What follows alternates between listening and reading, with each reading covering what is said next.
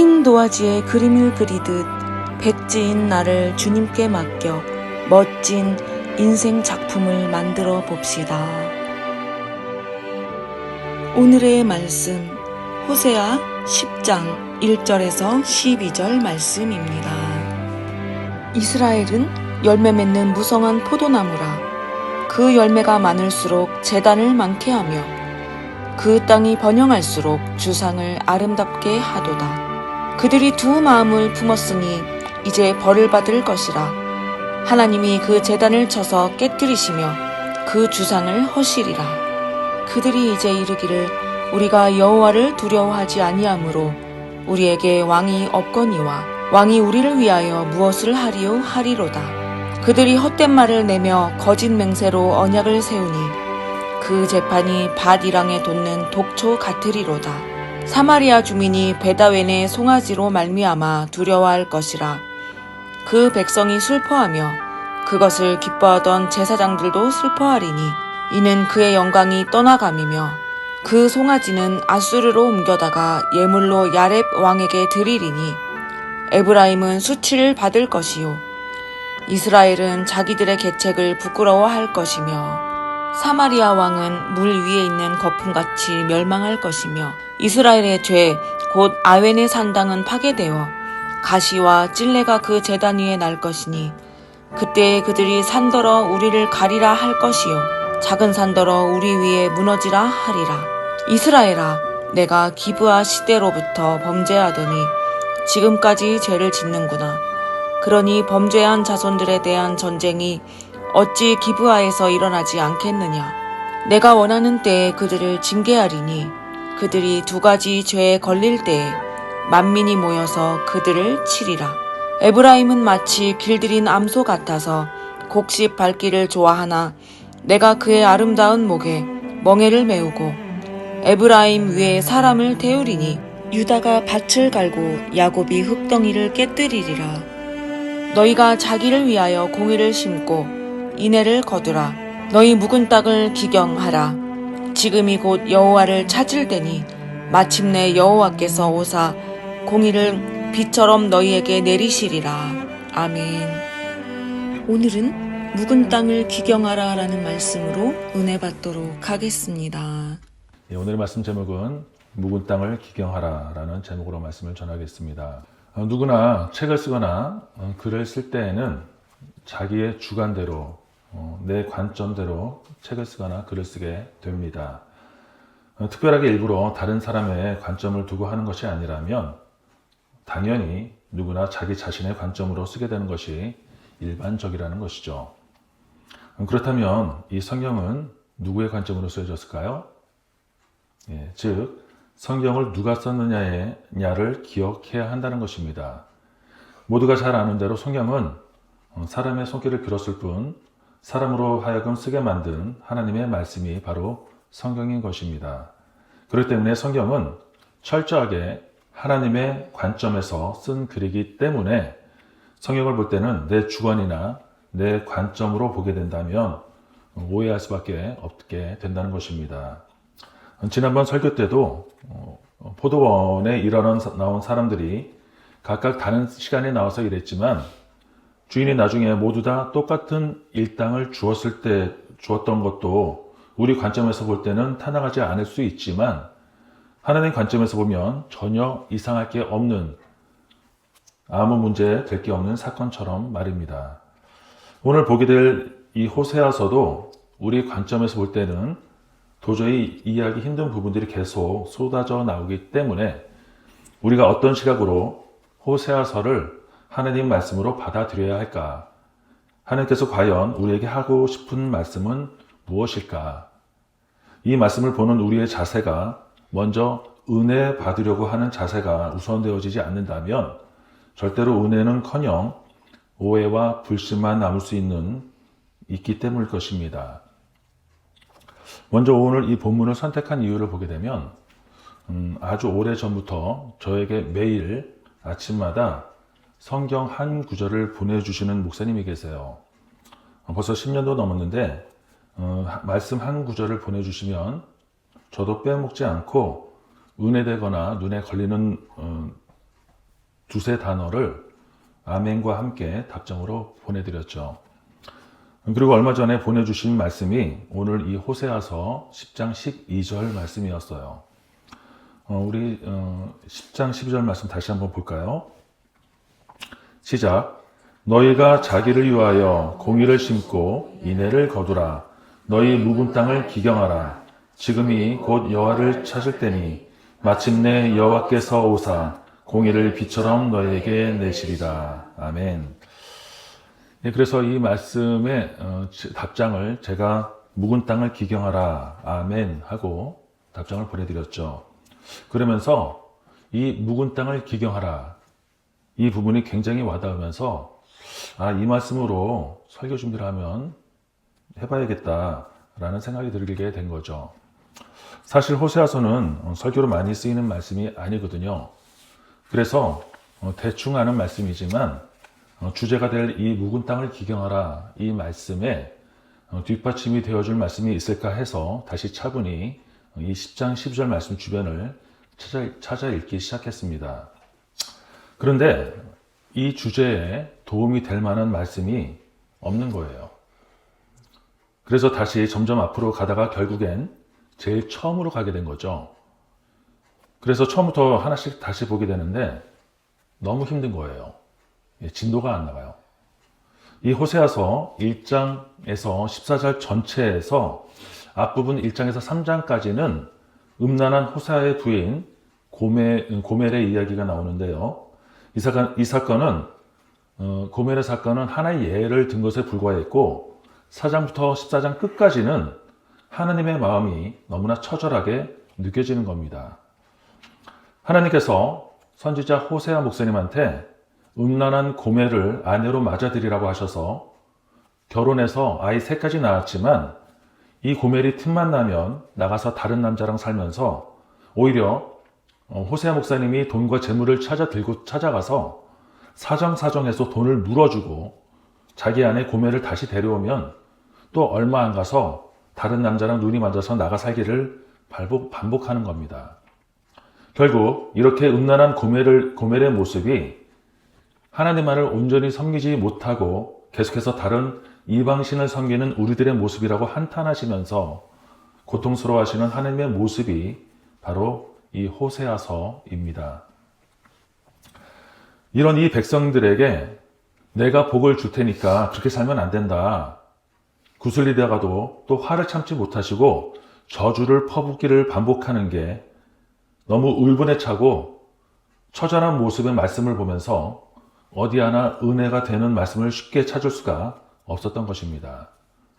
더욱 안타까웠던 것은 하나님께서 우리에게 그러면 안 된다. 이 저주받을 놈들아 라고 하시는데 그 어떤 것에도 조금도 반박할 수가 없는, 핑계 댈 수가 없는, 하나님 말씀대로 저주받을 수밖에 없는 우리들의 모습에 이걸 어떻게 설교로 연결할지가 너무 막막한 거예요. 그런데 이것보다 더 안타까운 것이 뭔지 아세요? 이런 게 잘못되었다는 것을 우리가 모르지 않고 있었다는 거예요. 그리고 알았으면서도 앞으로 또 다른 남자랑 나가서 살림을 차릴 거라는 거예요. 누가요? 우리가, 저와 여러분들이. 이 호세아서의 하나님의 한탄과 울분은 2000년 전에 끝난 게 아니라 여전히 아직도 앞으로도 계속해서 이어질 거라는 것입니다. 그런데 이런 속에서 어디에서 은혜의 말씀을 찾을 수 있단 말입니까? 결국 우리 인간들은 답이 없는 종족들인가? 결국 다시 한번 노예 홍수처럼 싹 쓸어버려야 그나마 답이 나올 것인가? 과연 하나님께서 언제까지 참으셔야 하는 것인가? 그렇다면 천국을 믿는다고 하는 우리들에게는 비전이 없는 것인가? 천국 지옥을 믿지 않는 다른 사람들에게 손가락질하는 우리가 그들과 과연 뭐가 다른 것인가? 제가 이 호세아서를 계속 차분히 보는 것이 어려워서 다른 쉬운 성경을 찾아봤거든요. 그랬더니 거기는 더 세고 적나라한 험악한 저주들이 계속 나오는 것입니다. 그것도 계속 다양한 저주로 양심에 찔리는 말씀만 반복돼서 나오니까 너무 보기가 힘든 거죠. 우리가 말로만 하나님을 사랑했다고 했지 여전히 삶이 변하지 않는 실제 생활을 보면 하나님을 돈보다 먼저 생각한 적이 없더라고요. 돈 버는 일 때문에 하나님은 항상 뒷전이었습니다. 예배도 이걸 예배라고 하는 게 뻔뻔스러울 지경이었습니다. 자, 그럼 본문을 함께 볼까요? 오늘 본문 앞부분만 보더라도 가차없이 말씀하십니다. 1절에 보시면 우리가 풍족해질수록 예배가 난잡해졌다고 말씀하십니다. 한마디로 배가 부르니까 예배가 소홀해진다는 것이죠. 저도 돈을 아주 많이 좋아하거든요. 하나님 못지않게 재물도 많이 사랑하거든요. 지금까지 살면서 재물 때문에 염려를 하면 더했지 하나님 때문에 염려한 적은 많지 않거든요. 어느 말씀 하나하나 틀린 말씀이 없는 거예요. 그 다음 2절에서 뭐라고 말씀하십니까? 우리 2절 함께 읽겠습니다. 시작. 그들이 두 마음을 품었으니 이제 벌을 받을 것이라. 하나님이 그 제단을 쳐서 깨뜨리시며 그 주상을 허시리라. 아멘. 우리가 두 마음을 품었대요. 인정하십니까? 근데 솔직히 사실은 두 마음이 아니라 세 마음, 네 마음 아닙니까? 저를 포함해서 어느 누구 한 사람도 피하기 힘든 팩트라는 거죠. 두 마음을 품는다. 고멜이랑 다를 게 없습니다. 고멜 욕할 거 없어요. 우리가 누구를 욕하고 누구를 정죄하겠습니까? 두 마음을 품은 결과가 뭐예요? 벌을 받으리라. 죄값을 치를 것이다 라고 말씀하고 계십니다. 그리고 후반부에 제단을 치고 주상을 허무시는 게 뭐예요? 우리가 하나님보다 사랑하는 다른 것들을 허무시겠다는 거죠.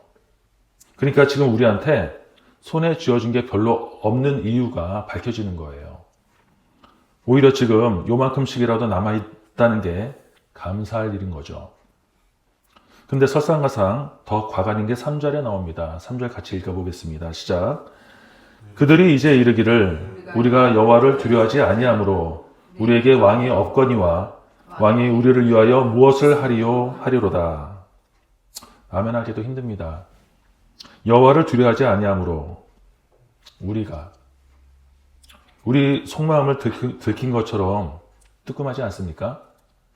찔러도 너무 전곡을 찌르는 것 같지 않습니까? 솔직히 지금도 우리가 하나님을 두려워하지 않고 있잖아요. 진짜 하나님을 두려워한다면 지금 바로 엎드려서 땅을 치면서 통곡을 해야 하는 거 맞는 거 아닙니까? 왕이 우리를 위하여 무엇을 하리요? 이제 놀랄 것도 없어요. 늘 우리가 생각하는 말이니까요. 저도 가끔 생각하거든요. 이 지긋지긋한 세상에서 벗어나게 해달라고. 왜 목사라는 거북하고 불편한 옷까지 입혀놓고 이렇게 구질구질하게 아웅다웅하면서 살게 하시냐고. 마지막으로 4절만 하나 더 볼까요? 4절 같이 읽어보겠습니다. 시작. 그들이 헛된 말을 내며 거짓 맹서로 언약을 세우니 그 재판이 바치랑에 돋는 독초 같으리로다. 우리가 참 많이 하는 찬양이 그게 다 거짓말인 거잖아요. 말로만 하는 거짓말인 것이죠.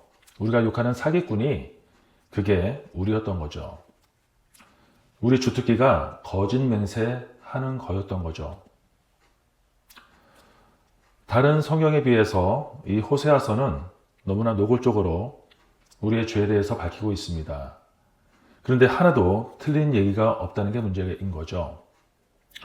하나같이 우리를 꿰뚫고 있어서 피할 데 없는 반박이라고는 할 수 없는 말씀이라는 것입니다.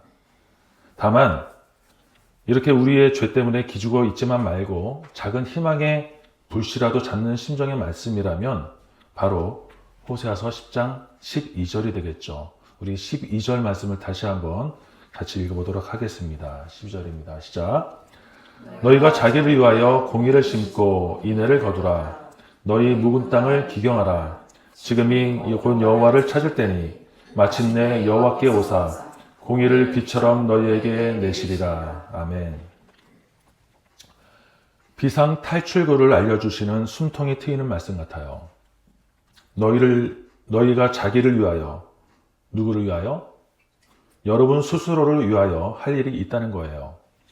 결코 다른 사람이 대신해 줄 수 있는 것도 아니고 각자 알아서 스스로 헤쳐나가야 한다고 다시 한번 강조하고 있습니다. 다음에 공의를 심고, 즉 하나님과의 관계에 있어서 바른 관계가 되는 것이 바로 공의를 말합니다. 그러니까 나 스스로를 위해서 하나님과 바른 관계에 있어야 한다라는 뜻이 되는 거죠. 그 다음에 인애를 거두라. 인애가 뭐죠? 자, 우리 호세아서 6장 6절 말씀을 같이 보도록 하겠습니다. 시작. 나는 인애를 원하고 제사를 원하지 아니하며 전저보다 하나님을 아는 것을 원하노라. 아멘. 제사보다도 중요하다고 하는 이 인애는 어진 마음으로 다른 사람을 사랑하는 것이 인애라고 합니다. 우리가 살면서 가장 힘든 것 중에 하나가 다른 사람을 사랑하는 것 같아요. 내 것이 아닌 다른 것을 사랑하는 것 말이죠. 사실 모르는 게 아니었죠. 모두가 사랑해야 하는 사실을 우리가 외면하고 살아왔던 것이죠.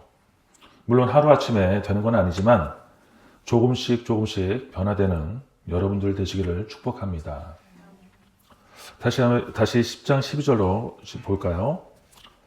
이렇게 우리가 알면서도 모른 척하고 살아왔던 많은 것들을 다시 추스리고 정리해서 잠시 내버려뒀던 땅을 다시 갈아엎어서 살아있는 생명이 만들어질 수 있는 땅으로 만들라고 말씀하고 있습니다. 생명을 소생시키기 위한 환경으로 다시 만들라고 말씀하시는 것입니다. 그리고 그 준비된 땅에서 뭘 하냐? 여호와를 찾아서 그 땅에서의 없어질 것이 아니라 천국에 영원한 생명이 있는 여호와 하나님을 찾을 때 구원에까지 승리할 줄 믿습니다. 그걸 언제 하라고요? 지금이 곧 여호와를 찾을 때니. 왜 지금일까? 만약에 이 말씀을 내일 봤다면 내일 그때에도 지금이 되는 거 아닌가요? 예, 물론 그래도 되겠죠. 그런데 기회라는 말 자체에서 알 수 있듯이 기회라는 것은 얻을 수도 있지만 놓칠 수도 있다는 것이 기회입니다. 문이 닫힌 후에는 잔치 자리에 들어갈 수 없기 때문에 내일에도 괜찮습니다 라고 말할 수 있는 사람은 아무도 없다는 것입니다. 문이 언제 닫힐지는 아무도 모르는 거니까요. 그 뒤에 나오는 공의를 비처럼 너희에게 내시리라. 우리가 받을 건 미리 걱정할 필요가 없는 것 같아요. 우리에게 앞에 것들만 충족이 되면 오지 말라고 해도 공의를 비처럼 오는 것은 당연히 따라오는 거니까 앞에 것도 잘 안 되는데 굳이 뒤에 것까지 힘들게 신경 쓸 필요가 없다는 거죠. 다만 우리가 여기에서 이런 희망의 메시지를 받다고 해서 안심할 수 없는 것이 오늘 말씀 뒷부분에까지 방심할 수 없는 말씀이 끝까지 계속 나온다는 거예요. 자, 오늘 본문 뒤에도 15절에 이렇게 말씀하세요. 10장 15절입니다. 시작. 너희의 큰 악으로 말미암아 베델이 이같이 너희에게 행하리니 이스라엘 왕이 새벽에 정령 망하리로다. 아멘. 이걸 보면서 하나님께서 우리에게 얼마나 많이 실망하시고 속상하신지 보이는 것 같아서 참 안타깝습니다. 그리고 이 말씀 더 뒤로 가서 이 호세아서의 마지막 14장에 가보면 회복에 대한 하나님의 약속이 나오지만 그건 역시 하나님의 안타까움의 최후라고 할까요? 14장 끝까지 우리에게 실망하신 하나님의 안타까움이 나옵니다. 마치 사랑하는 사람에게 실현당해서 소리도 지르고 회유도 해보고 협박도 했다가 다시 원망하다가 눈물도 흘리고 그러다가 다시 저주까지도 하다가 다시 바지가랑이 붙잡고 애원하다가 결국은 내가 너희를 사랑하니까 제발 좀 나를 사랑해 줄 수는 없겠니? 너무 애처롭게 안타까운 모습이라서 차마 성경을 보기 민망할 정도였습니다. 아마 우리 같으면 벌써 모질게 인연 끊고 돌아섰을 텐데 왜 구질구질할 정도로 하나님께서 우리에게 매달리듯이 미련을 못 버리고 이러실까? 사랑하니까. 우리를 너무나 사랑하시니까. 그래서 포기할 수 없으니까, 버리면 하나님 마음이 더 많이 아플 것 같으니까. 심하게 상처 입은 하나님 마음에 약을 발라드리는 방법은 우리의 묵은 땅을 기경하는 방법밖에 없다고 말씀하고 계십니다. 그동안 잊고 살았던, 아니 알면서도 방치했던 하나님을 찬양하고 사랑하기 위해 태어난 우리의 본성을 다시 깨워서 뒤집어야 할 줄 믿습니다. 하나님께서 우리를 사랑하시는 만큼 우리도 하나님을 그토록 사랑하는 일이 속히 오게 되기를 축원합니다. 말씀을 정리합니다. 우리도 살면서 억울하고 속상한 일을 당할 때 이런 말을 하죠. 너도 너랑 똑같은 사람 만나봐. 특히 부모님들이 자녀들에게 속상할 때 이런 얘기를 하곤 합니다. 이 호세아서도 하나님께서 우리에게 그러시는 것 같아요. 앞부분에 호세아 목사님이 고멜과 같은 음란한 아내 때문에 마음 고생하는 것처럼 우리들이 하나님과 다른 우상을 놓고 음란한 짓을 벌이는 것 때문에 속상하셔서 음란한 여자에게 결혼시키고 바람난 아내를 오히려 전 재산을 주고 찾아오는 것이 모두 하나님의 입장과 똑같다는 것을 비유로 말씀하는 것 같습니다. 그렇다면 하나님께서 호세아에게 화풀이를 하는 것인가? 하나님 당신이 힘드셨다고 우리에게 똑같이 당해보라고 뒤끝 있게 복수하시는 고약한 하나님이신가? 그래서 누가 썼느냐? 이 책을 쓴 사람이 누구냐에 따라 입장의 관점이 달라진다는 것을 초반에 말씀드린 것입니다. 말씀드린 대로 우리의 입장에서, 우리 관점에서 이걸 보면 그렇게 오해할 수 있어요. 하지만 그건 성경을 보는 자세가 아닌 거죠. 철저히 하나님의 입장에서 볼 수 있으시기를 축원합니다. 우리 때문에 마음 아파하시는 하나님의 안타까움을 같은 마음으로 느끼실 수 있으시기를 축원합니다. 그래야 우리가 조금이라도 변화되고 달라질 수 있기 때문입니다. 그래야 우리가 우리에게 있는 버려진 마음의 땅을 기경할 믿음이 생길 수 있기 때문입니다. 그래야 내일이 아니라 지금 당장 하나님을 찾는 마음이 믿음이 생길 수 있기 때문입니다. 그래야 새벽이 정령 망하는 일을 피할 수 있기 때문입니다. 망설이면 망설일수록 우리만 손해입니다. 그래서 우리가 그동안 방치해 놓았던 우리에게 주어진 땅을 다시 갈아엎을 때라는 것입니다. 그래서 거기서 믿음의 씨앗도 심고 공의를 심고 인애를 거두어서 그토록 안타까워하시고 서운해하시는 하나님의 눈물을 닦아드릴 수 있는 저와 여러분들이 되시기를 주님의 이름으로 축원합니다. 기도하겠습니다.